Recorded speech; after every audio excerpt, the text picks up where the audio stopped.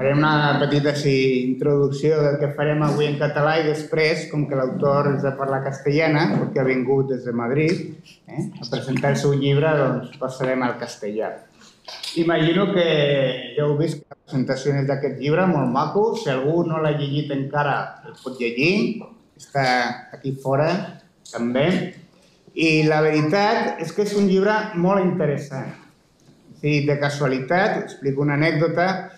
Ahir a la tarda jo tenia una reunió en gent diversa i un noi de Càritas d'un altre bisbat, no de Barcelona, estava fora de Barcelona, i em diu: per cert, t'he de recomanar un llibre que he llegit molt bo, que m'ha agradat, que remouen, que et fan pensar, que no et deixen indiferent. Comença a treure el WhatsApp i mira, el llibre em sona molt. Quin llibre és? Dios impotente. Doncs mira, una mica em sona. Bé, doncs aquest és el llibre que presenten avui. Dios impotente, ¿para qué sirve un Dios que baila? Con que ellos ya hablarán, yo no voy a presentar cómo lo iremos haciendo, ¿sí? Habrá primero unas presentaciones, yo os iré diciendo quién es cada persona, y después, si tenemos tiempo, pues un poco de diálogo de todos, ¿sí?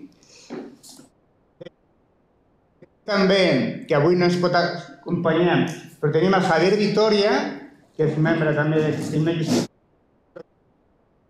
I Javier Vitoria ens deia, bueno, que vagi molt bé la presentació, i crec que és molt interessant. Hi ha un moment en la introducció en què diu: potser aquesta és una visió de Déu que ens temps.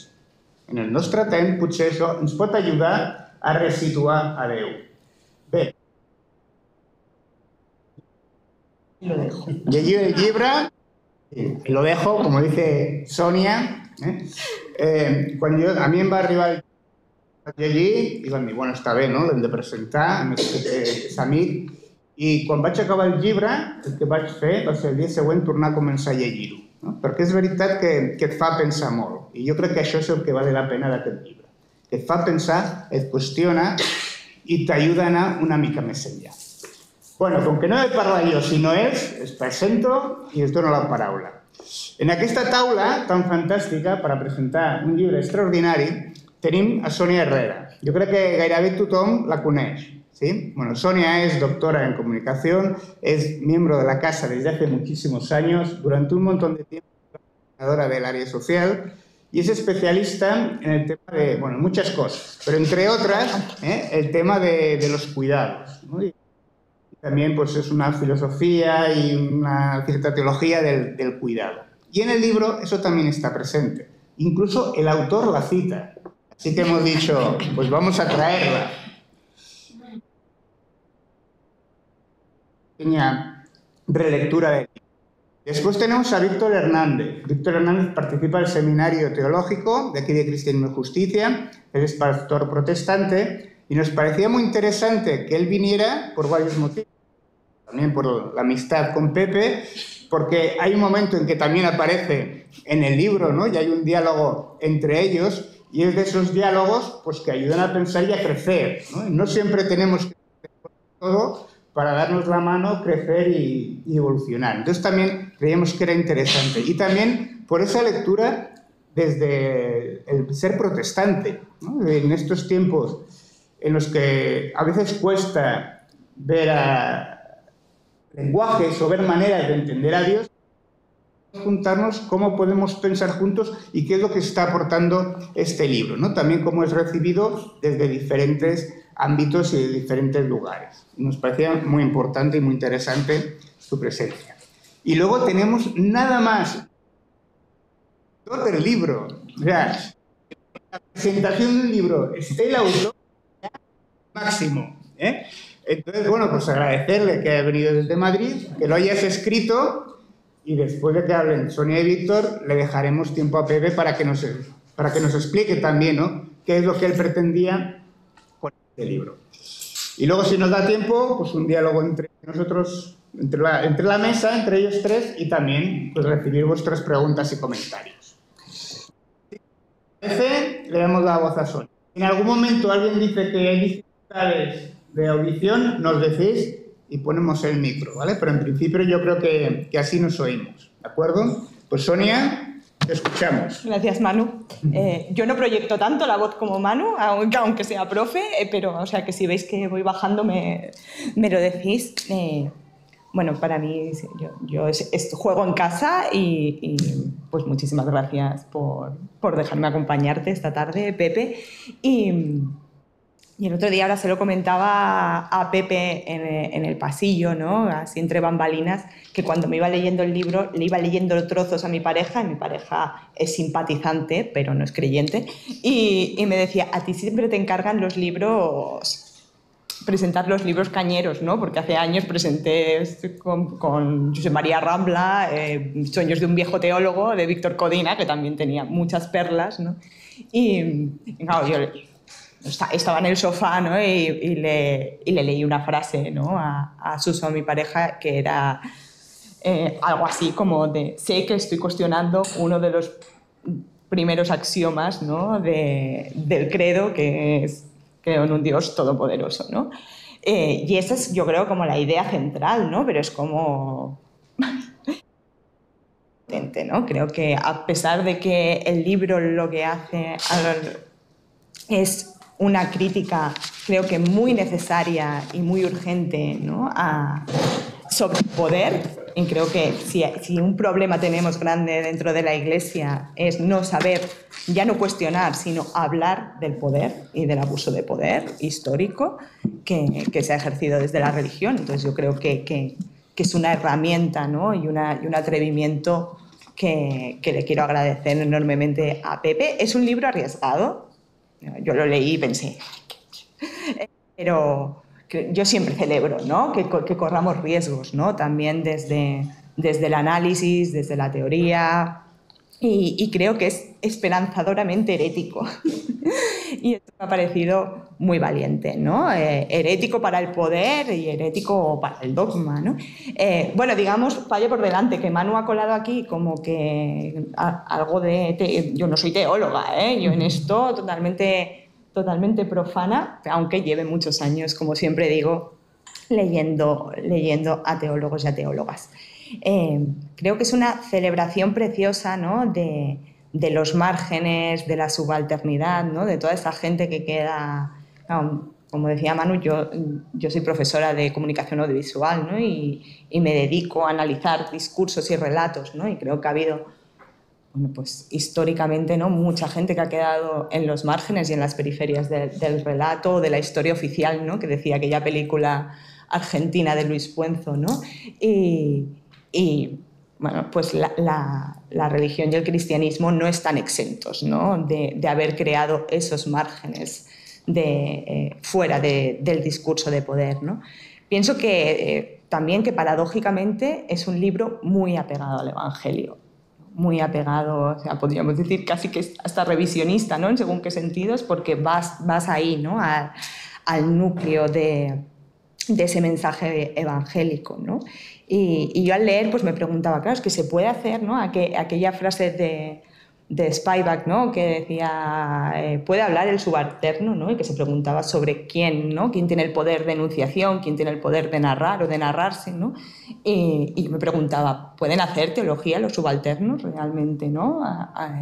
Aunque, como tú dices en el libro y recoges, Pepe, ¿no? La teología de la liberación puso, ¿no? en el centro a esas personas, ¿no? que estaban en los márgenes, a los crucificados de la historia, etcétera, ¿no? Al final, pues yo me preguntaba, ¿quién puede hablar de Dios y pensar sobre Dios, ¿no? ¿A quién se le da, quién es considerado como el canon, ¿no? ¿A quién se le permite, ¿no? hacer este tipo de reflexión, ¿no? Y creo que como decía antes, ¿no? que el gran problema de la Iglesia, o uno de los grandes problemas, es precisamente el del poder, de la Iglesia institucional, perdón, que ya sé que Iglesia somos todas y todos, pero de la Iglesia institucional es pensar sobre esto y creo que era como muy necesario y urgente hacerlo, ¿no? Y me parece hermoso, ¿no? También pensar en un Dios que no todopoderoso, ¿no? sino en un Dios que acompaña, que cuida, no en ese Dios que nos han vendido, ¿no? Durante tantos años, que es como esa alegoría, ¿no? Del macho proveedor y resolutivo y que está ahí, ¿no? Como para arreglarnos la vida, ¿no? Y creo que también esto Pepe no es que Pepe se haya iluminado, también son muchos años ya de ciertas lecturas y creo que hay algo muy bonito, ¿no? de apuesta por la despatriarcalización de la fe, de las personas creyentes. Y también tengo aquí tachado, porque al principio utilicé como pensaba, es un libro que nos ayuda a desinfantilizar la fe, pero me acuerdo hace años, ¿no?, que una amiga me dijo, no podemos utilizar la idea de que algo es infantil, porque al final también, ¿no?, le estamos quitando agencia y poder a las criaturas, ¿no?, y que tienen mucho que decir, ¿no?, también sobre el mundo en el que vivimos, ¿no? Entonces yo pensaba, bueno, pues yo creo que es un libro y una apuesta que nos ayuda a dejar de ser tuteladas y tutelados como creyentes, ¿no? A una fe pues más autónoma, ¿no? Que no nos digan cómo tiene que ser, ¿no? Esa imagen de ese Dios, ¿no? Y es como decía, ¿no? Creo que me parece muy hermosa, ¿no? Cuando utilizas la parábola del hijo pródigo, ¿no? Y como esa locura del padre, ¿no? Que nada tiene que ver con un padre todopoderoso, ¿no? Y un padre que acoge, que reconoce, que celebra todas las vidas, ¿no? Pues así me gustaría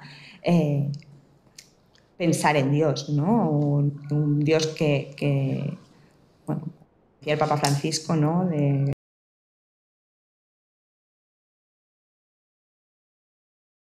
esa idea de Dios y un Dios que no sea punitivista, ¿no? Como el que se deja ver, ¿no? en tantos fragmentos de la Biblia, ¿no?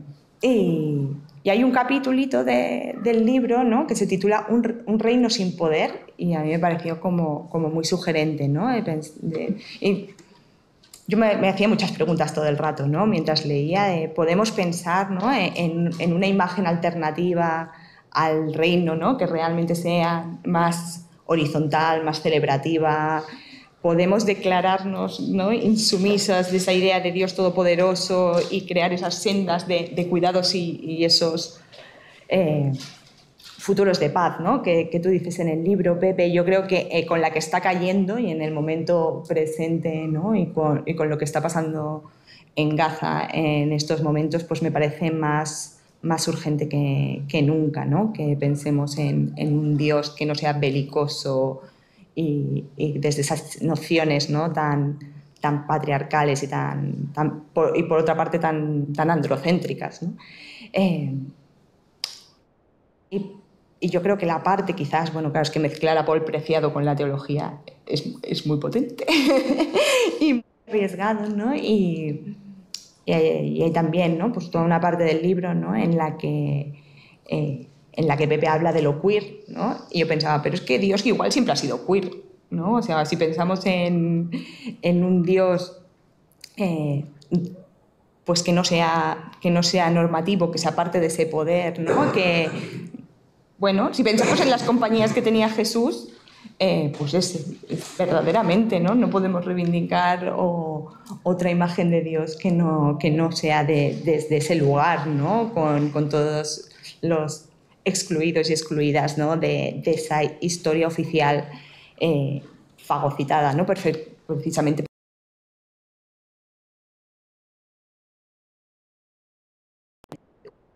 otra parte.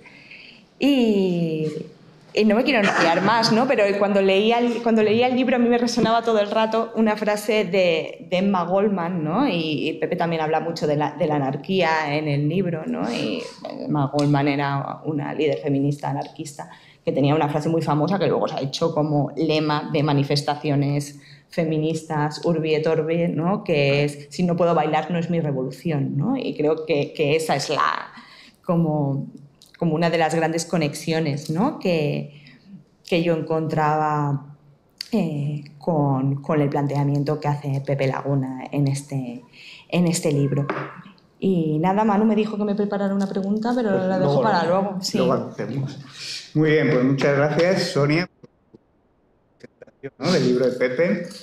Y ahora le damos la palabra a Víctor. Gracias, yo lo traje por escrito. Agradezco mucho a Pepe la invitación para presentar su último libro, autor prolífico. Y agradezco mucho también de modo adicional porque este es un libro atrevido y creativo. Un Dios impotente, ¿para qué sirve? Un Dios que baila. Un libro que quiere llevarnos a considerar la posibilidad de una teología que pueda reflexionar sobre Dios, pensar a Dios en lo más profundo de la experiencia humana, en sus momentos más intensos. El deseo, el baile, el coraje para la verdad, la demanda y la hospitalidad.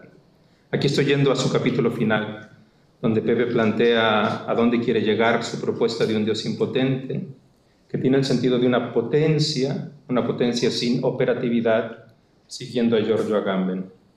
Y Pepe Laguna quiere que se entienda esta potencia como una capacidad colectiva que se despliega en el deseo vital, en una fuerza deseante que anuda en las reivindicaciones de, y aquí cito la página 166, los sujetos queer, los colectivos extravagantes, las comunidades carismáticas, los que danzan con lobos, los endemoniados curados que no regresan al templo, las mujeres impuras orgullosas de serlo, los empobrecidos, los emigrantes climáticos, los hongos que colaboran con los árboles.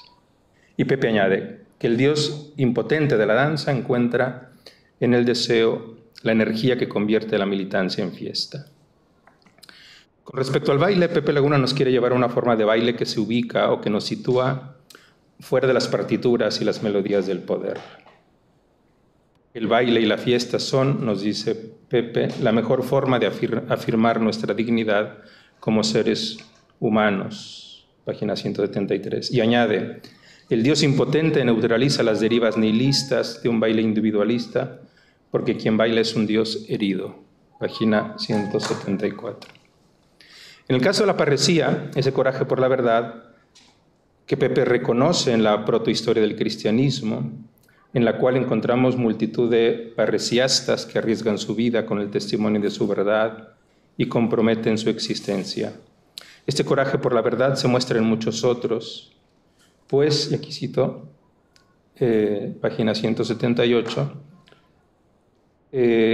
compromete en su existencia parreseístas, que son el puto chino maricón, aquí Pepe está siguiendo la propuesta de Paul Preciado, y el paciente Job del Antiguo Testamento, pues ambos reivindican la verdad de su existencia frente a un sistema punitivo e invisibilizador que los arroja a los márgenes de lo anormal, lo inexistente y lo inapropiado.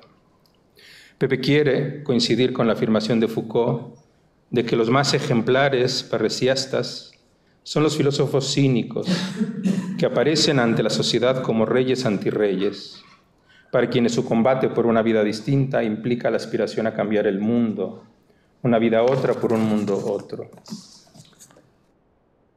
Está citando a Foucault. Y Pepe nos dice que a medida que el cristianismo se va institucionalizando, desde un movimiento herético intrajudío a religión oficial, su aguijón crítico parresíaco se va diluyendo.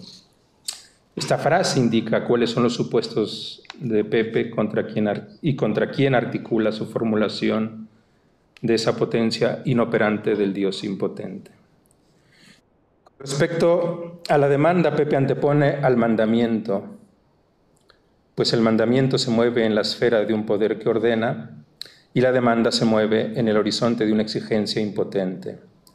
Por demanda, Pepe se refiere al grito del otro, en el sentido de Levinas, que es la alteridad que nos hace una demanda infinita. Es el llanto del recién nacido, como llamado para el cuidado que exige y requiere. Y afirma Pepe Laguna que la demanda precede a la ley. No hay que amar al prójimo porque si lo estipule desde el inicio de los tiempos una ley divina pétrea, seremos confrontados con esa exigencia cuando nos topemos con la persona herida al borde del camino. En el caso de la hospitalidad, nuevamente Pepe Laguna la enmarca en la perspectiva del poder. en el sentido de dominación, poder en el sentido de dominación, que es la comprensión básica de poder que tiene Pepe en este libro. Y por ello advierte que la hospitalidad corre el riesgo de que se convierta en una herramienta de normalización, disciplinamiento, una acogida que tolera al otro siempre y cuando se someta a las costumbres sedimentadas del anfitrión. Página 191. Y para que pueda acontecer esa hospitalidad impotente, Pepe Laguna recurre nuevamente a Agamben para señalar que podemos habitar en un como si no, el Josme que Agamben reconoce de la primera carta de Pablo a los Corintios, porque este como si no desafía toda normalización y permite una ruptura entre la vida que vivimos y la vida por la cual y en la cual vivimos. Vivir en el Mesías, esta es Pepe citando a Agamben, vivir en el Mesías significa precisamente anular y hacer inoperante en cada instante y en cada aspecto de la vida que vivimos, hacer aparecer en ella la vida por la que vivimos. Página 197. Quería señalar estos aspectos tan valiosos que reflejan la aspiración de una reflexión teológica como la de Pepe Laguna, hacia esa mejor vida para todos, es decir, hacia esa forma de vida en la que pueda brotar la alegría, la celebración, junto con la justicia y con la verdad. Y no puede uno sino participar de esta aspiración y esperar que el diálogo se encamine en esa dirección. Tiene de decir algunas observaciones críticas, quizá alguna muy crítica, hacia el trabajo de Pepe Laguna. Se me ha pedido que comente desde la perspectiva de un pastor protestante, de la teología protestante, dado que compartimos con Pepe el trabajo colectivo que se hace aquí en casa, en el Seminario de Teología de Cristianismo y Justicia. Pero también quiero decir algo desde la perspectiva del psicoanalista que soy y del lector de estos mismos autores que Pepe utiliza y a quienes nos remiten su libro. Cuando Pepe me envió su libro, antes del verano, anexó una notita donde me pedía que dialoguemos sobre las páginas 48 al 50, donde él cita un pequeño trabajo mío que escribí hace unos años para una revista de psicoanálisis. No es un trabajo teológico. El título de ese texto mío era El psicoanálisis frente a una teoría de la vida y la diversidad de género. Se puede vivir sin leyes de normalización. Entonces quizá hoy podamos iniciar esa conversación que me comentaba Pepe. Entonces mi primera observación crítica tiene que ver con la noción de poder que nos presenta aquí Pepe y que él entiende como dominación. Poder como generador de regímenes de verdad y de normatividad y definidor de normalidades. Aquí es evidente que él sigue a Foucault y a Paul Preciado. Y mi crítica es que no hay un acotamiento histórico de los análisis derivados de la obra de Foucault, porque estos análisis, muy importantes, por cierto, de Foucault, se relacionan con el poder en la era moderna, fundamentalmente con la aspiración del Estado moderno y sus técnicas de disciplinamiento de la vida. Y al final de la obra de la vida de Foucault, sus análisis se relacionan con el neoliberalismo y esa inmensa capacidad que tiene para gobernar la vida en un sentido profundamente subjetivo, es decir, el gobierno del alma por parte del neoliberalismo. Esto es lo que hace el neoliberalismo, lo sabemos, ¿no?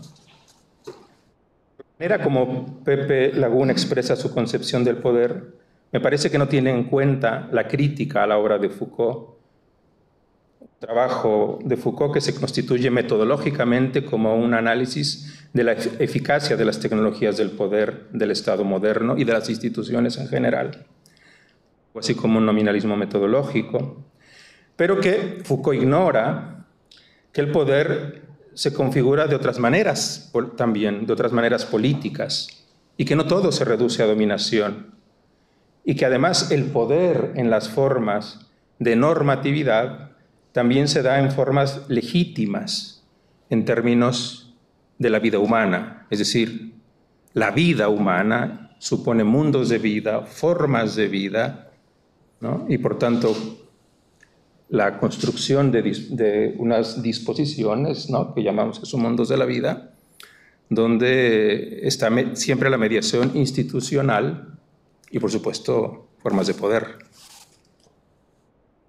Aquí Laguna se ubica entre quienes han emulado la posición anarquista de Foucault, adoptando una posición antiestatalista que de entrada renuncia a la transformación política de las instituciones sociales. Sobre esto un crítico, entre otros, ha sido Zizek. Zizek ha dicho que esta posición, la de Foucault y muchos seguidores de él, ha llevado a la despolitización precisamente de los movimientos posteriores al mayo del 68 y precisamente a la consolidación del neoliberalismo, ¿no? La cosa no es tan sencilla, pues Pepe Laguna rechaza el poder y propone la impotencia o el Dios impotente como categoría teológica, siguiendo el pensamiento de Giorgio Agamben, quien es el filósofo anarquista casi por antonomasia. El libro de Pepe Laguna plantea la impotencia desde la categoría de Agamben de una potencia sin operatividad, es decir, que se niega radicalmente a entrar al juego del poder del Estado, y en el caso de Agamben especialmente contra el neoliberalismo económico, que es la totalización de un poder anónimo que gobierna las vidas humanas. Esto que Foucault apenas comenzó a esbozar en aquel seminario del nacimiento de la biopolítica, que se ha consolidado en las décadas posteriores, final del siglo XX y estos 25 años del siglo XXI, queda clarísimo, ¿no? Agamben está siguiendo aquí la propuesta de Walter Benjamin sobre el capitalismo como religión, que produce un culto incesante, una festividad del consumo que jamás termina.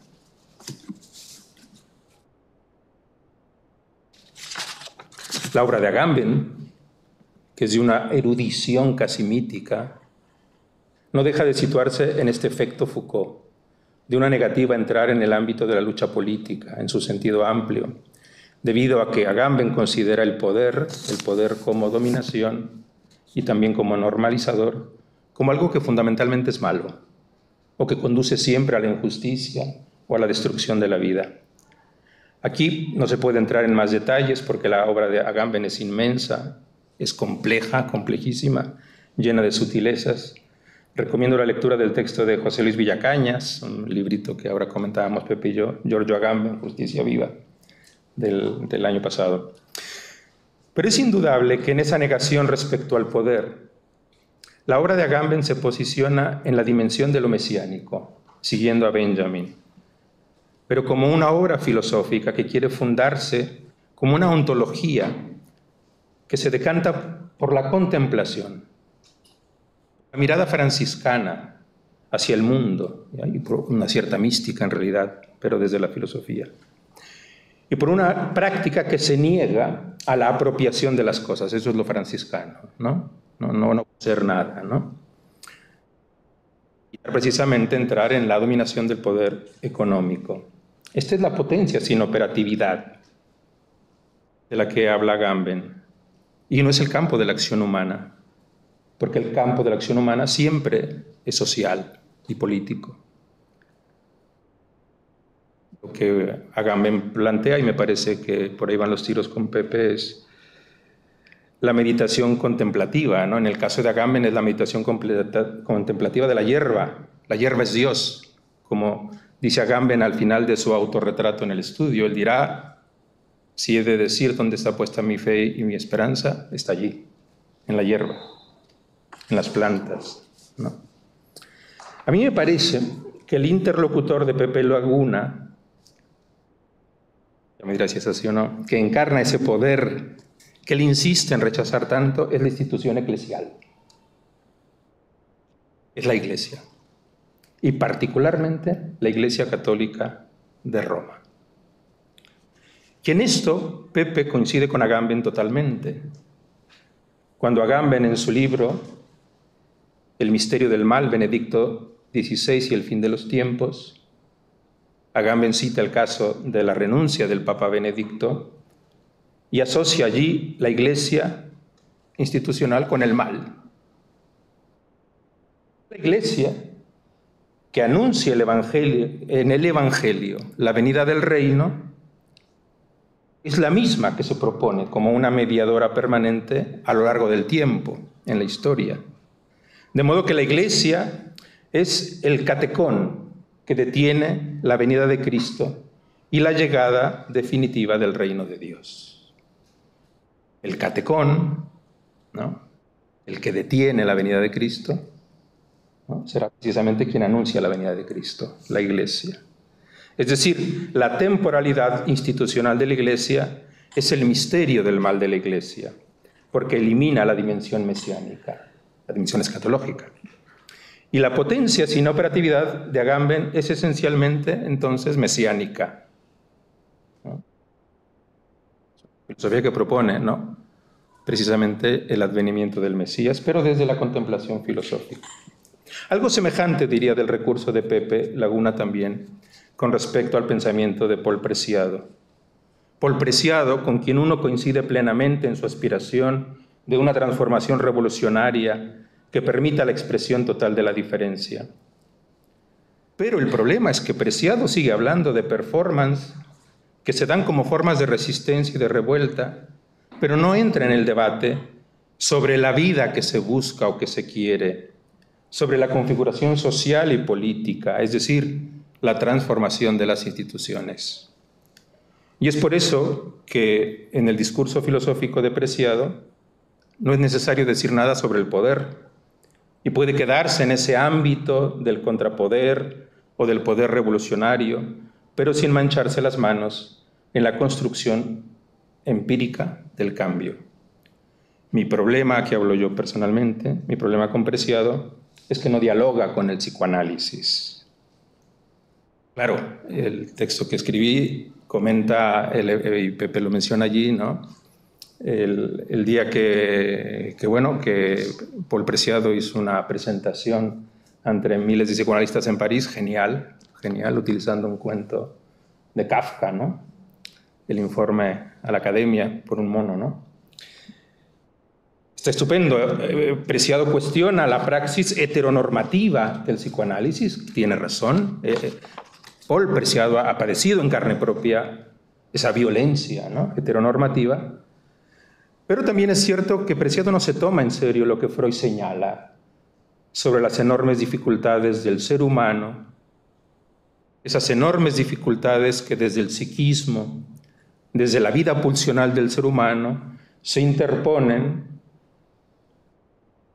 con respecto a la búsqueda de la felicidad, la disponibilidad del ser humano para el amor, para el trabajo, que son al final cuentas la expresión de la vida colectiva, la vida en común. Freud definirá así la salud mental, la capacidad de amar y de trabajar, ¿no? Pero ese es precisamente el problema. Este es el problema entre lo colectivo y lo personal, precisamente. Ahí está el nudo, ahí está la lucha y el debate de lo político. En esto, Preciado sencillamente guarda silencio. Por ejemplo, y en ese sentido no debate en serio con el psicoanálisis. Algo que no vemos en el caso de Judith Butler. Judith Butler sí que ha hecho un trabajo bastante fructífero de diálogo crítico con el psicoanálisis. Como se ve, mi crítica se dirige hacia la misma categoría central del libro de Pepe Laguna, que es la categoría de un Dios impotente. Entonces aquí intentaré decir algo como pastor protestante sobre esta categoría en la reflexión teológica de Pepe. De entrada me pregunto por qué Pepe ha querido proponer la impotencia como categoría teológica. ¿Qué?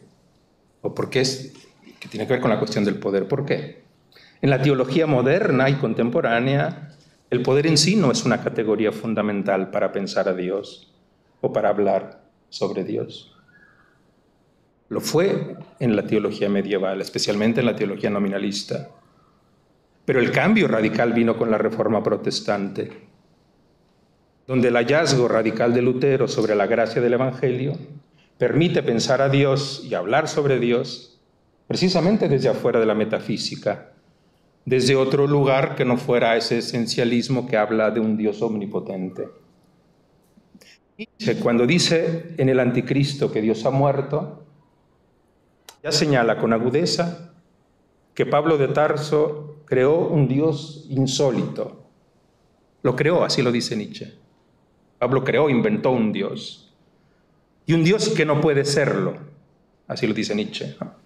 Porque no es un Dios al uso, precisamente debido al mensaje del Evangelio sobre el Cristo crucificado en 1 Corintios. El crucificado de Pablo es el impotente, expuesto a la muerte y pleno de la cualidad negativa de la debilidad. Esto Nietzsche no se lo inventa él, lo coge de Hegel, por supuesto.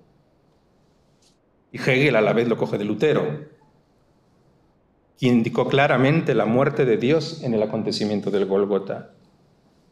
Y precisamente la formulación de la muerte de Dios tiene una larga tradición teológica en el protestantismo, lo que implica la debilidad e impotencia de Dios, tal como la formulara Bonhoeffer en un texto bien conocido escrito desde la prisión. Cito un párrafo de un poema de Bonhoeffer, escrito desde la prisión.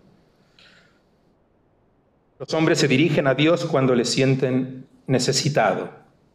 Lo encuentran a Dios, pobre y despreciado, sin abrigo y sin pan. Lo ven devorado por el pecado, la debilidad y la muerte. Los cristianos están con Dios en su pasión. Dios se dirige a los hombres cuando se sienten necesitados, sacia cuerpo y alma con su pan, muere crucificado para paganos y cristianos y perdona a unos y a otros.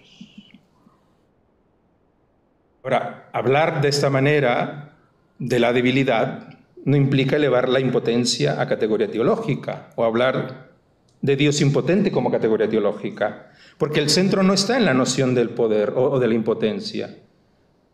El centro está en la relación de Dios con el mundo, en la relación de Dios con el ser humano. Esto es central en la teología protestante. Dios no se piensa per se, a Dios en sí mismo, en abstracto, como entidad autónoma. En ese caso es el Dios de la Teodicea, el Dios de los filósofos, ese ser omnipotente, esa causa primera, lo que queráis. Pero eso no es lo que está en la teología. Dios se piensa o se habla de Dios a partir de su revelación, es decir, ante el misterio de esa revelación que es su palabra, y su palabra se da como gracia, que incluye mandamiento también. Por una parte, Pepe dice que lo primero no es el mandamiento, no es la ley. Esto hay que debatirlo, porque mandamiento es arjé, es decir, principio, origen y ley, mandato, ¿no? Esa palabra se da como gracia y se da como interpelación al ser humano y también como promesa de que Dios viene al ser humano. Como se puede ver, el poder asociado a Dios no es una categoría, ni siquiera es un atributo de Dios. Es más bien aquello que se deriva de esa revelación que se da en la historia, por lo cual se puede entender el poder de Dios como su capacidad para que se realice su propósito de amor por el ser humano. Es por eso que el poder de Yahvé en los textos del Antiguo Testamento se vincula estrechamente con su compasión, Gesed, con su justicia, Tzedaka, con su fidelidad y verdad, Emuná, y con su paz, Shalom. Y en el Nuevo Testamento el poder de Dios también se despliega en esa manera inversa que Jesús hace vernos sobre el poder cuando dice, ¿no?, el poder que funciona de arriba abajo, en el caso de los discípulos, ha de funcionar de abajo arriba, desde el servicio. Es decir, incluso el Evangelio define la redención de Jesús por el mundo como una entrega en servicio. También la experiencia de los creyentes tiene una dimensión de poder, que es el poder de la vida resucitada que nace del don del Espíritu Santo. En un momento dado, Pepe Laguna dice: el poder divino nunca podrá desplegar toda su potencia, todo su potencial mientras exista un reloj marcando las horas. Y añade que cuanto antes asumamos nuestra finitud constitutiva, antes libraremos a Dios de expectativas omnipotentes. Este párrafo, página 99, este párrafo me hizo pensar en aquel texto de Bonhoeffer, donde dice que hemos de trabajar en el mundo et si Deus non daretur, como si Dios no existiera.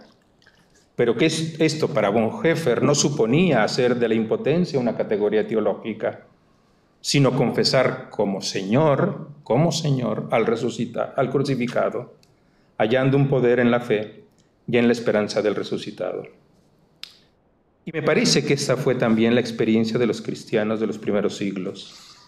La gente de los márgenes del imperio que vivieron en común la experiencia de un poder, no de una potencia, sino operatividad, de un poder que era el poder del Espíritu.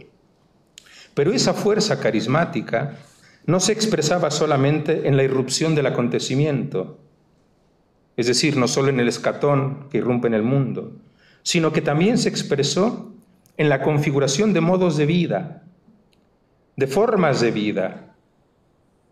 Esto quiere decir crear instituciones. Crear instituciones. Cambiar o revolucionar o transformar, pero implica la institucionalidad, ¿no?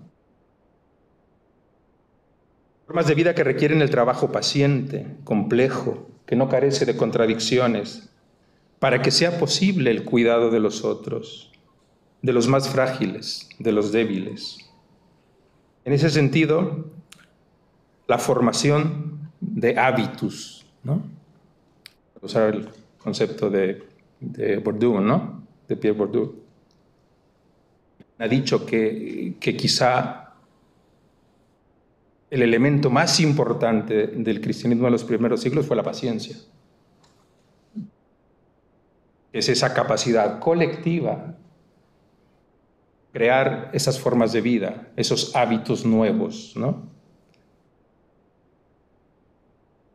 Y en ese sentido, esta dimensión de la institucionalidad no es ajena al poder de transformación de la vida en el mundo. Aunque a Pepe no le resulte atrayente, en esos procesos lentos y poco espectaculares hay allí una operatividad de la potencia, pero de la potencia que viene de la fuerza del Espíritu. En todo caso, hemos de agradecer mucho y de leer el libro de Pepe, aunque ello requiera ir más allá de la potencia sin operatividad. Gracias. Muchas gracias, Víctor. Ya ves que el libro da para mucho, ¿eh? Que hace pensar, que cuestiona, ¿no? Que genera, ¿no?, nuevas narrativas también y ver por dónde avanzamos.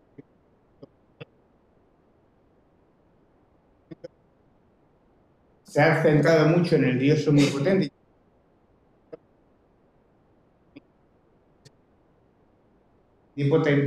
Y vamos a bascular hacia el otro lado para ver qué nos dice. Vamos a dejar a Pepe que hable, pero antes que... Cuando Pepe saca el libro y me dice, no, pues ya ha salido y tal, él me dice, tengo curiosidad por saber cómo lo recibe, ¿no?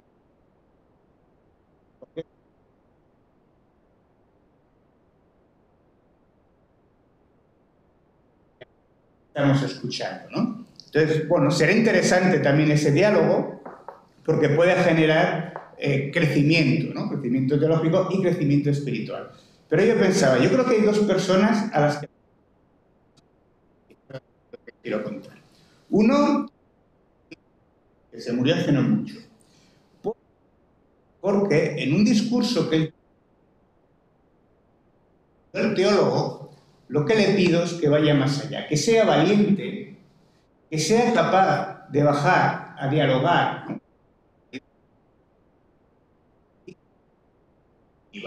Eso no quiere decir que todo sea perfecto, que todo esté bien, pero es verdad que a veces falta ese trabajo y a veces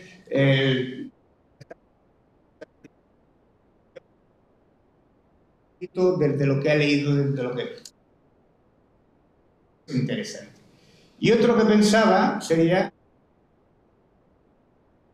ya sabéis quién es Víctor, el actual jefe de lo que era antes ese cargo, pero era un hombre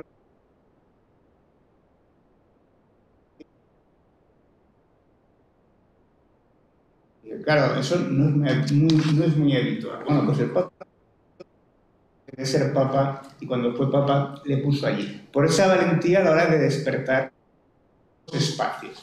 Entonces, Pepe, te dejamos la palabra para que nos hables de tus nuevos espacios de libro. ¿Sabes dónde podrías acabar, eh? Claro.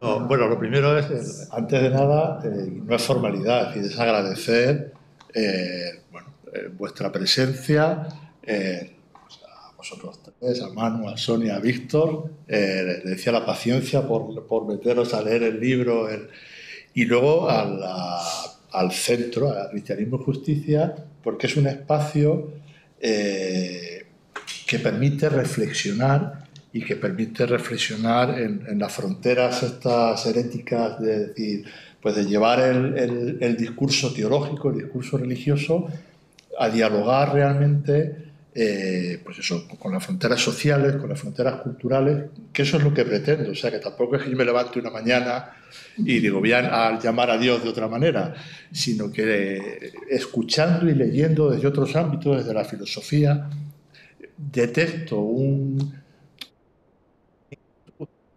con el que sintonizo muy profundamente y veo que no me considero un teólogo, pero bueno, que la teología que sé suena muy lejos de todo eso.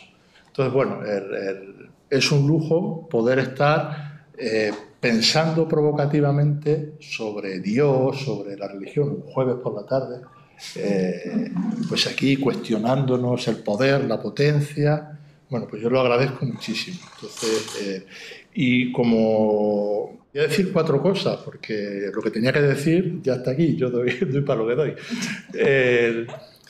Y bueno, por partir de un caso así concreto, a principios de septiembre, hay una activista marroquí, Betty Lasgar, que ha sido condenada a 2 años y medio de cárcel porque se presentó en redes sociales con una camiseta donde ponía que Alá es lesbiana, ¿vale? Entonces, prisión 2 años y medio, una multa de un montón de dinero, bueno, porque había dicho algo de Dios que no se podía decir, ¿vale? Como, bueno, imagináis las derivadas que hay jurídicas, políticas, religiosas, es decir, que, bueno, más allá del caso concreto, claro, uno se plantea que de Dios no se puede decir cualquier cosa, y no solamente porque hay personas que le molestan, no tanto porque todo lo que digamos de Dios, eso Javier Vitoria lo dice muy bien en el prólogo, es limitado, herético, es decir, insuficiente. O sea, hacemos un esfuerzo absurdo que siempre está al límite de la herejía. Pero bueno, la cuestión no está en si decir que Dios es lesbiana, Dios es mujer, Dios es impotente, dice algo novedoso sobre Dios, que por ahí hay una polémica, sino que yendo a lo que damos por supuesto, es decir, hay un lenguaje políticamente incorrecto de Dios, porque hay un lenguaje políticamente correcto. Hay cosas de Dios que sí que se pueden decir y que sí que nos podemos permitir. Entonces, no nos parece blasfemo ni herético decir que Dios es Señor de los ejércitos, y eso lo tenemos asumido, o que Dios es liberador, o que Dios es juez apocalíptico, o que Dios es rey de reyes. Eso es políticamente correcto, no nos genera ninguna disfunción. Y a mí me parece que, eso Sonia sabe también, pues eso, cuando aparece la crítica feminista... Que Dios es hombre. O que Dios es hombre, es decir, eso, Dios es mujer, dices, tienes la parte de lo que estás diciendo, pero tienes el aparato crítico del discurso que estás desvelando. Entonces, para mí el ejercicio tiene que ver con eso. Entonces, claro que si luego podemos entrar un poco al debate sobre la impotencia como categoría, sí que lo traigo como categoría, porque no como un término, porque la cuestión que planteo no se juega entre palabras. Es decir, un amigo que vio el libro sin leerlo dice, hombre, está bien esto de poder hablar de Dios impotente, pues de Dios mujer, de Dios... Es decir, vamos a ampliar el vocabulario sobre Dios. digo, no es el planteamiento, porque no hablo de semántica, de palabras, sino de gramática. Decir poder, decir liberación, decir salvador, decir redención, son términos que hablan de una gramática. Y en el momento que hay gramática, hay poder. Eso, sigo a Foucault, claro. Hay el saber poder, decir, una gramática define los marcos de una epistemología, de aquello que se puede pensar, de aquello que se puede decir y de aquello que se puede habitar. Detrás de toda gramática hay un poder, una configuración, un ordenamiento. Luego habrá que ver si hay posibilidad de una vida sin orden, que yo creo que por ahí hay cosas... soy consciente a veces a los charcos a los que llego, pero en fin, no me importa pisarlos de momento. Pero tiene que ver con esa gramática. Entonces, claro, el cuestionamiento es cuando uno se da cuenta del lenguaje que tenemos, de la gramática que aplicamos a Dios, es por qué esa gramática no solamente no nos resulta extraña, sino, yendo un paso más allá, me pregunto si al final esa concepción de Dios poder, Dios omnipotente, Dios que tiene algo que resolver, no ha llegado el lenguaje a determinar nuestra visión de Dios. Si al final lo religioso, la teología, no es una apología del poder. ¿Qué pasaría si yo le quito a Dios el poder? Dice, me quedo sin Dios.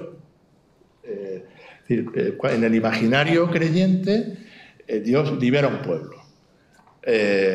Y siempre tiene que hacer algo, Dios siempre está trabajando. Pues tiene que liberar, tiene que redimir, tiene que perdonar, tiene que salvar, dice, claro, porque tenemos una concepción salvífica, pero estamos hablando de Dios, no estamos hablando... Y entonces, por eso el subtítulo es, claro, si le quitamos a Dios todas esas cosas que tiene que hacer, ¿para qué necesitamos a Dios? Dice, para bailar. Dice, hombre, para bailar queda un poco... Entonces no transformamos las instituciones, no hacemos política, no hacemos... Bueno, entonces yo propongo detenernos en esa posibilidad para ver luego los desarrollos que eso tiene. Dice, bueno, podemos seguir interpretando el relato del Éxodo como un Dios que, escuchando el clamor del pueblo, decidió liberarlo, y ver las películas de Semana Santa y alegrarnos porque salen los egipcios huyendo y luego aparecen los judíos, luego aparecen los egipcios y se abren las aguas, pero luego se cierran las aguas y allí mueren un montón. Entonces, esa película está muy bien, pero es una gramática de poder. Es una gramática de poder. Dice, y hay otra interpretación. Hay, dentro de las narrativas posibles, que hay un pueblo que no quiere vivir bajo el poder del faraón y son desertores que salen detrás de un Dios que huye. Claro, un pueblo que huye no es lo mismo un pueblo que se libera. Y eso, cuando las gramáticas de liberación, las gramáticas de emancipación tienen también sus narrativas, narrativa marxista, es decir, pues el opresor que toma conciencia de su opresión, dice ya, pero no dejas de salir nunca de esa gramática. Dice, hombre, en el cristianismo, por seguir esa línea, dices, sí que un poco del que voy tirando es que, a mi juicio, lo llevo hasta el extremo provocativamente, es decir, que una de las características del Dios cristiano es su abajamiento, su itinerario de pérdida de poder, de la encarnación. Un Dios que muere en cruz, un Dios que se hace carne ya pierde mucho de la potencia divina. Y un Dios que muere en cruz, dice, y un Dios que no se baja de la cruz, sí, porque claro, lo que dice el centurión romano, en el fondo la cuestión es, si es Dios, si tiene poder, porque si es Dios tiene que tener poder, que baje de la cruz. Si no se baja de la cruz, o no es Dios, o no tiene poder, o es un Dios impotente. Y si no se baja de la cruz, nos tenemos que resignar a estar siempre de la cruz. Y entonces dicen los cristianos, dicen, no, pero tenemos el poder de la resurrección. Y ya estamos otra vez en el mismo discurso de la resurrección, porque siempre hay algo que resolver. Y entonces, porque si le quitamos el poder de la resurrección, vana es nuestra esperanza. Entonces, ¿podemos pensar a Dios fuera de las categorías del poder? Lo tenemos muy complicado. Pero si lo pensamos desde las categorías del poder, tenemos que estar constantemente con la sospecha de que estamos hablando del poder y no de Dios. Eso sería un poco un planteamiento. Y si no tenemos narrativas del poder, ¿qué otras narrativas de Dios hay? De la experiencia creyente. Bueno, pues yo reivindico pues las narrativas de la impotencia, de la fiesta, de la deserción. Es decir, la categoría del reino de Dios pues es un banquete en el que cojos, lisiados, prostitutas bailan. Dice, hombre, pero bailarán para algo, ¿no? O sea, se quieren liberar de algo, van a cambiar las estructuras sociales, el mundo va a cambiar, y no bailan. Y en el acto subversivo de bailar, no cualquier baile, es una impugnación a un poder que marca el ritmo del baile. Hay prácticas, el otro día leía, no sé, lo digo así, pero no lo tengo verificado, leyendo sobre la guerra civil, parece que había un grupo, las madres de la guerra, que eran mujeres que iban abrazando a los moribundos de uno y otro bando. Y los dos bandos habían admitido que esas mujeres iban por las cunetas y los que morían los abrazaban. Y no hacían otra cosa que abrazar, para que murieran con un abrazo. Dice, hombre, esos son cuidados paliativos. Para los teólogos de la liberación en Cristianismo y Justicia, dice, ese debate que hay entre, dice, claro, vamos a ver, ¿estamos hablando de enfermería o de medicina? Claro, la teología lo que quiere es liberar al oprimido, emancipar al que se quiere emancipar. Dice, lo que tú nos estás proponiendo es bailar, cuidados paliativos, quedarnos ahí. Entonces, sí, es una propuesta disidente, es una propuesta de deserción, que yo entiendo que es complicado, que es una respuesta que no genera institucionalización, esa respuesta no genera iglesia. Se diluye. Termina el baile, a otro baile. Esa es la propuesta. Seguir el rastro de un Dios que se va mostrando en la convalecencia. No en la salud que se resuelve, sino en esos periodos de vida. Ese Dios sigue siendo el Dios cristiano, sigue siendo un Dios que responde a los sufrimientos de los oprimidos. No lo sé. Lo que sí sé es que el otro Dios ha generado más sufrimiento del que resuelve.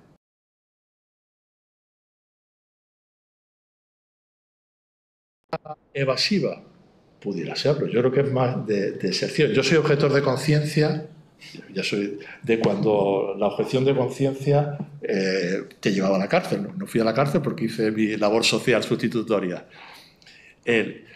Y la objeción de conciencia lo que dice es, yo soy consciente de que en una sociedad ordenada uno tiene derecho a defenderse. Yo soy consciente de que el uso legítimo de la violencia resuelve una serie de cuestiones. Eso es estructura así. Pero mi opción personal es retirarme de esa violencia. Dice, ya, pero si vienen a atacar a tus hijos, ¿qué harías? Mi opción es retirarme. Y yo creo que en el cristianismo, a poco que uno mire, una opción muy anárquica. Claro, pues si te quedas en anarquía, no llegas a institucionalización y no llegas a una vida ordenada. Y yo creo que claramente, porque el cristianismo no sirve para eso. Para eso ya tenemos otras herramientas. El cristianismo es una experiencia carismática que genera relaciones y situaciones que tienen que ver con un Dios que huye de esa situación, de ese poder saber que institucionaliza, y que es una experiencia carismática que no se mantiene en el tiempo. Y hasta ahí puedo remover, no por afán de remover, o sea, que no es un capricho pero me parece que por ahí se está jugando algo. El Bifo, un filósofo, claro, es decir, pues en un poco tiempo tenemos el libro de, además son dos personas ya mayores, aquel Indignaos, ¿cómo se llamaba? Decía la gente indignada, bueno, pues ahora hay otro abuelito que dice desertar. No hay nada que hacer, desertemos. Bueno, yo creo que en ese debate estamos en tiempos de indignación o estamos en tiempos de deserción. Bueno, ese debate social está detrás del libro. Les agradecer mucho vuestros comentarios y vuestras críticas. Muchas gracias. Yo creo que más o menos nos vamos.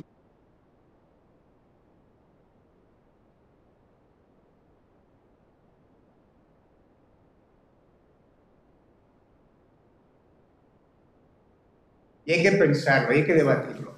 Queríamos ahora tener un momento de pensar una pregunta también para Pepe para poder iniciar ese diálogo. Si os parece, yo les pido a ellos que hagan los dos, ¿no? la pregunta a Pepe para que Pepe pueda hablar y después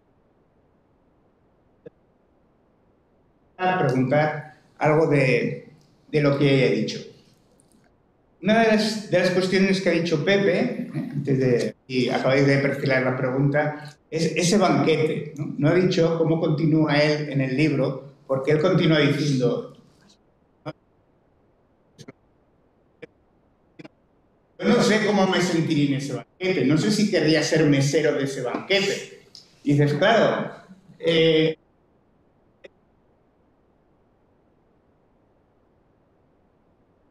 no entramos a ponernos en la piel de lo que es verdad, ¿no? Si resulta que los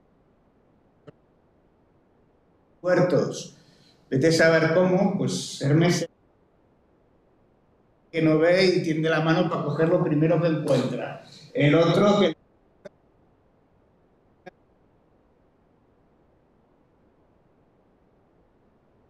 igual necesitamos revisar, ¿no? Algunas cuestiones.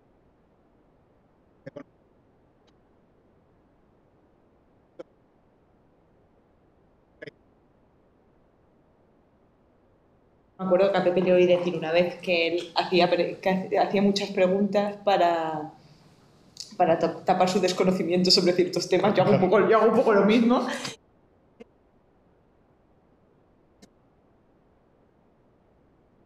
Que a mí igual me pasa algo distinto que a Víctor, ¿no? Con el libro. Yo creo que Pepe y yo hemos compartido muchas, o sea, hemos leído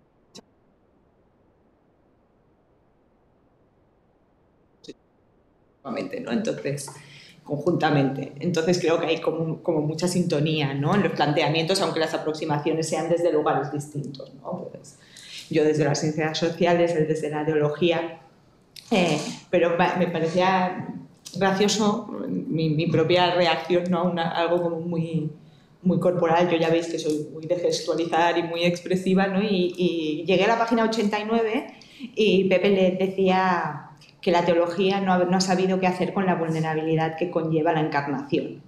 Y yo pensé, ¿y qué pasa con el deseo? Luego llegué a la página 163 y vi que Pepe se planteaba esto, ¿no? O más o menos, ¿no? Que sabe la teología qué hacer con la idea de si Dios se hizo carne, sabe la teología qué hacer con un Dios, ¿no? Deseante y posiblemente deseado también, o ha sabido qué hacer, o va a saber qué hacer algún día con eso, ¿no? Porque sabemos, ¿no? que el cristianismo y las religiones en general monoteístas han tenido un gran problema con el cuerpo en general y con el deseo más aún, ¿no? Y quería hacer una ¿no? Sobre cuando tú hablabas sobre esto de la gramática, ¿no? Ya sabemos que mi obsesión es esto del análisis crítico del discurso, y yo pensaba, es que no es baladí hablar de gramática, de lenguaje, de cómo hablamos de Dios, porque esos lenguajes también tienen implicaciones materiales luego en la vida y en nuestra existencia. Y pensaba, no puedo desligarme del momento en el que estamos, histórico, ¿no? Y pensaba, joder, qué implicaciones tiene incluso a nivel geopolítico, ¿no? Esa idea de Dios cuando se han enarbolado unas escrituras como escrituras de propiedad de los territorios palestinos, ¿no? O sea, que esa idea de un Dios que elige, y cuando se elige se excluye si hay un pueblo elegido, hay otros que no lo son. Esto es como cuando los niños eligen equipo en el patio de fútbol, pero no me da maravilla, pero si te elijo a ti, el otro no va, ¿no? Pues bueno, eso está teniendo, ¿no? Unas implicaciones, ¿no? Que se traducen en miles de muertos. Entonces no me parece como banal, ¿no? Que nos tomemos el tiempo de analizar qué palabras se usan, ¿no? También para hablar de Dios. Y a mí quizás lo que más me gusta del libro y con lo que más conecto, ¿no? Es, bueno, que me leí a mí misma citada y pensaba, esto lo he escrito yo, esto siempre es muy chulo, como de, que me recordaba mucho, que yo tengo un niño de 6 años, entonces ahora leemos muchos cuentos, ¿no? Y cuando tú hablabas de los cuerpos monstruosos, ¿no? De esos cuerpos abyectos que quedan fuera, ¿no? Es un libro que nos habla de dónde viven los monstruos, ¿no? Aquel libro de Sendak, ¿no? De Maurice Sendak, ¿no? De dónde viven los monstruos, y yo me preguntaba, ¿no? Me conectaba con una película que nunca me sale el director porque tiene un nombre muy raro, ¿no? Pero es esta película del bosque, de Village, creo que era el título en inglés, ¿no? Que es como una comunidad súper cerrada, ¿no? Que no les dejan salir más allá del bosque, ¿no? Porque la idea de frontera, ¿no? Que pilla a Pepe también por ahí, ¿no? De esa idea de que había más allá de los límites del mundo conocido, ¿no? Que Umberto Eco, ¿no? También habló de eso. Pues como para mí la pregunta es ¿qué relato, ¿no? Se puede crear desde esos márgenes, ¿no? Desde esa frontera? ¿Qué nos dirían todos esas personas, ¿no? Que son los otros, lo monstruoso, lo que no está en el centro del relato? ¿Qué imagen? Esto es política ficción, total, ¿no? Y especular sobre ello, ¿no? Porque no se lo hemos pedido, porque no les hemos dado, ¿no? Nunca es el lugar de enunciación, pero ¿qué otro imaginario de Dios se podría crear desde allí, ¿no? O podemos intuir que se crearía desde ahí, ¿no? Desde esas otras experiencias. Bueno, ahí lo dejo. ¿Quieres responder? Igual son ideas para el próximo libro, claro, igual no me tienes que contestar ahora. No, o sea, no, pero son muchas cosas. O sea, lo único está, porque la lucha por el lenguaje es una lucha política. Es decir, no es una retórica, no es un libro de filosofía, vamos a pensar, no, sino que la pugna por el lenguaje, por la gramática, por aquello que puede ser dicho, por aquello que puede ser reconocido y por aquello que no puede ser dicho y no puede ser reconocido, es una lucha realmente política. Entonces dices, y una de las cuestiones que no tengo respuesta, pero claro, dices, esas identidades, esos relatos que han estado al margen, para que sean reconocidos, tienen que buscar una gramática común, para que sea comprensible, porque si no, al final, dices, bueno, igual no tenemos que esperar nosotros a que entre en nuestra gramática, sino salir a escuchar otras maneras de nombrar lo divino. A veces la teología dice, no, a Dios se le nombra así. Y vamos a intentar entrar, es decir, toda la lucha, por ejemplo, de las teólogas feministas es, por favor, que aquí también tenemos que hablar de Dios mujer, de Dios naturaleza, ampliemos, y está bien, y esa pelea tiene que darse. Pero hay otra que decir, no, es que hay discursos que están en esos márgenes y tenemos que cambiar de gramática. Es decir, esto es como en música, hay claves, si esto está en clave de fa, para escuchar aquella tienes que ir a clave de sol y tienes que salir. Hay gramáticas que no son nuestras, no son las religiosas, pero que hablan de Dios. Entonces, por ahí hay que salir, sí. Pero bueno, sí. Víctor.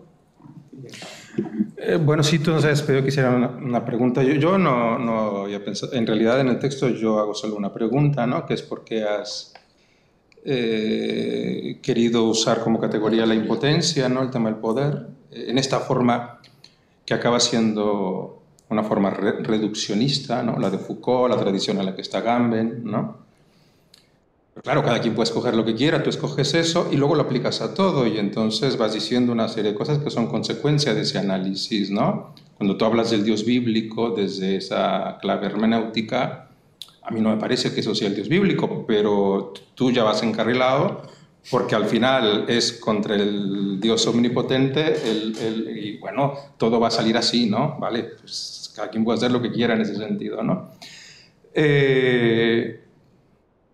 No tendría que ser así, es decir, creo que tendrías que dar cuenta, si lo usas, frente a las teologías, ¿no? Sea la teología de la liberación, sea la teología feminista, porque no hay solo una teología feminista, hay teologías feministas que no coinciden con esta posición, ¿no? Hay teologías feministas que consideran que, por ejemplo, hay una dimensión estructural del poder como violencia, ¿no? Rita Segato, por ejemplo, ¿no? Y en eso ella es muy diferente a muchas feministas que son bastante más idealistas, ¿no? Ya dirán, no. Históricamente hablando, no vamos a encontrar este afuera del poder. Esto no existe, esta fuerza que es violenta, ¿no? Rita Segato dirá esto, por ejemplo, ¿no? Y bueno, ahí está servida la polémica. Por eso digo, si tú dices esto, claro que puedes decir, pero tienes que dialogar también en ese sentido con las diferentes teologías y discursos, ¿no? Que cuestionan esta forma de hablar como en los márgenes. Claro que son puntos de fuga, claro que por supuesto hay los puntos de fuga, claro que hay lo rizomático, claro que lo hay. El problema no es decir que esto no exista, ¿no? El problema es cómo esto aparece en el mundo histórico y en qué medida eso responde a una búsqueda humana de una vida que sea mejor o, cuando menos, que no sea peor. Que no sea peor, ¿eh? Que luego hay quien piensa que ya estamos en lo peor y esto quizá no es así, ¿no? Hay, aquí ya yo lo digo como psicoanalista, hay por supuesto una gran ingenuidad en todo esto. ¿Por qué? Pues porque está la vida pulsional, está la estructura psíquica de lo inconsciente. El deseo no aparece como algo que es fiel a sí mismo, así como así, quiero bailar y ser feliz y quiero que el deseo... Al contrario, el deseo aparece como sujetado a las fuerzas pulsionales. Y vivimos en una sociedad capitalista donde la característica gruesa, fundamental de la sociedad neoliberal es la producción de libertad, de espacios de libertad, que generan la ficción del deseo. Nosotros vivimos deseando todo el tiempo y eso está mediado por la economía capitalista. Y nosotros creemos que deseamos libremente. Eso es lo que hace el capitalismo. Ese es el problema al que se enfrenta Negri, por ejemplo, gran amigo de Agamben, que es que si hay una afuera, él cree que sí, la cosa está chunguísima, porque en realidad el capitalismo coge todas estas cosas lúdicas, todas estas cosas marginales y las convierte en mercancía. La vida hippie es el merchandising más potente que pueda haber, ¿no? Claro. Ahora, ¿qué es lo que dice el psicoanálisis? El psicoanálisis es lo que nos ha mostrado, y esto es lo que Freud dice, ahí está el malestar en la cultura, cuando él dice, no, ya, claro, el ser humano quiere ser feliz, pero todo lo que hace el ser humano para no serlo viene de la vida pulsional, ¿no? ¿Y qué es lo que acaba haciendo? Eligiendo aquello que le hace sufrir, a repetir lo mismo, a sujetarse precisamente a unas fuerzas pulsionales frente a unas demandas de la cultura, donde al final, bueno, la vida acaba siendo, bueno, jodida, ¿no? Básicamente lo que Freud está diciendo. Pero lo que propone el psicoanálisis en el sentido cuestiona este tipo de positividad. Tú en algún momento creo que dices ahí que esto no tendría que ser propio del romanticismo filosófico, ¿no? Que tendría que...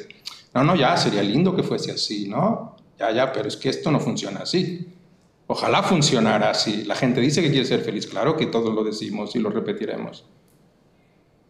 Pero el goce, y ahí te interesa Lacan, ¿no? El goce es precisamente el goce de lo doloroso, precisamente, de la repetición, que lo que produce es el síntoma, es decir, elegir siempre aquello que me acaba dañando, que me acaba convirtiendo en esa persona que siempre está sufriendo porque, claro, siempre elijo mal, la gente me da la espalda, no consigo la pareja que quiero, esto es imposible, el amor siempre acaba hiriendo, en fin, bueno, ya. La parte con la que yo creo que muchos de estos discursos tienen que dialogar. En ese sentido, el diálogo con el psicoanálisis es importante. Creo que esa tarea no se ha hecho mucho, ¿eh? No será porque no tengo tanta sabiduría. No, claro, que también tengo uno conoce un límite. El debate me parece que está muy bien planteado, o sea, y soy muy consciente de eso. Hay una cuestión que no está ahí porque tampoco ni tengo capacidad ni saldría un libro. Pero claro, hay una cuestión que tiene que ver, por dar por hecho cuando lo que he leído de psicoanálisis, de la teología, es decir, dar por hecho que hay una estructura que es previa a lo simbólico. Es decir, vamos a ver, yo no estoy defendiendo la vida hippie frente a una vida ordenada, una vida... No. Lo que estoy cuestionando, y lo sigo cuestionando, es que la estructura psicoanalítica es una estructura cultural. O sea, no es una estructura que dice de lo humano, pero no porque lo humano... es histórica, claro. Claro, entonces tú dices, y está construida y no deja de ser una estructura de poder. Entonces tú dices, no, pero no te puedes escapar de esa lectura de lo humano intentando otras narrativas. Digo, sí, porque o sea, igual que, claro, si cuestiona a Dios, no voy a cuestionar a Freud, desde mi ignorancia, claro. Claro, sí, porque dice, y los lacanianos que van a discutir la estructura del superyo freudiana, llevándoselo al terreno del lenguaje, en el fondo el debate que hay es que toda simbólica del humano es una simbólica cultural, y en el momento que está mediada gramaticalmente, lo hemos creado históricamente, simbólicamente. Entonces tú dices, claro que no nos podemos salir del mal. Dices, hombre, pero el mal, el pecado, la culpa, la religión también configura ese tipo de represión y ese tipo de deseo. Claro que el neoliberalismo... Bueno, el pecado es categoría teológica. Pero, aunque sea categoría teológica, es categoría cultural. A lo que yo voy a decir que el neoliberalismo apresa el deseo, totalmente de acuerdo. Pero yo digo, y la teología apresa el deseo igual. La estructura teológica del concepto de culpabilidad, el mal, claro que tiene una gramática teológica, y no solamente tiene una gramática que está cuestionando ese deseo, sino que lo está curando, lo está salvando, lo está redimiendo. Entonces me está configurando. Dice, yo no me quiero escapar de eso. Lo que digo es que, siendo consciente de esa gramática, mi punto es un punto de fuga. No necesito. Habría dos maneras de resolver la cosa. ¿Voy a terapia o voy a un confesionario para solucionarlo? Y yo lo digo, no me voy ni a terapia ni a confesionario, me voy al bar. Y dice, ya está el hippie. Pero en el fondo, por no llevarlo a la anécdota. Es decir, en este país eso no es hippie, es lo más normal, ¿eh? O sea, por ejemplo, porque hay una cuestión que tiene que ver con todo el tema de la Iglesia Católica, con todo el tema de las identidades diferentes, los homosexuales. Claro que hay creyentes que necesitan ser reconocidos en su identidad diferente por una gramática para los que ellos vitalmente necesitan ser reconocidos. Y hace poco entran por la puerta de la iglesia Y para esa gente, claro que eso es sanador. Y claro que eso, dentro de su gramática creyente, pues necesitan entrar ahí. Hay otros y otras y otros que dicen, impugnan ese... Pues dice, mi identidad, mi reconocimiento no está en este marco. ¿Y con quién te estás reconociendo? Con tus iguales. Ese reconocimiento es muy frágil. No genera institución. Yo entiendo esa fragilidad, pero claramente dice, sí, soy consciente de eso, pero sí que quiero construir identidades fuera de esos márgenes de reconocimiento, sí. No. Entonces, claro, con el límite que tiene el libro, pero soy consciente de esos marcos. Bueno, yo creo que es interesante este diálogo. Estiro de una de las cosas que apuntó: este Dios impotente, podríamos decir que es un Dios inacabado. Las páginas que tiene, tú mismo has dicho que podía haber sido mucho más largo porque se podrían haber abordado más temas, ¿no? Profundizar o generar más ese diálogo, pero yo creo que es una riqueza que sea así, porque permite una lectura fácil. Pepe escribe muy bien, porque escribe muy bien, y eso es una ventaja que tienes. Y esta limitación de las páginas, que no es un libro excesivamente largo, hace que sea ameno leerlo e incluso pues, poder debatirlo. Y algo que ha habido aquí que pueda haber también pues, en espacios comunes que tengáis, ¿no? En vuestras comunidades, donde sea. Entonces, ese inacabado a mí me gusta porque el continuar esa construcción, ¿no? Es decir, aquí no está el Dios absoluto y único, sino que es una propuesta para continuar y agradecer. Podríamos decir que es un libro iniciático para repensar cuestiones y continuar más allá, ¿no? Y esto hemos visto también de diálogo, es decir, pues se podía poner tal, se podía poner lo otro, está, ¿no? Un elemento base que nos ir pensando. Entonces, agradecerte mucho. Queríamos haber dejado algún minutillo más por si algunos tienen que ir a cenar.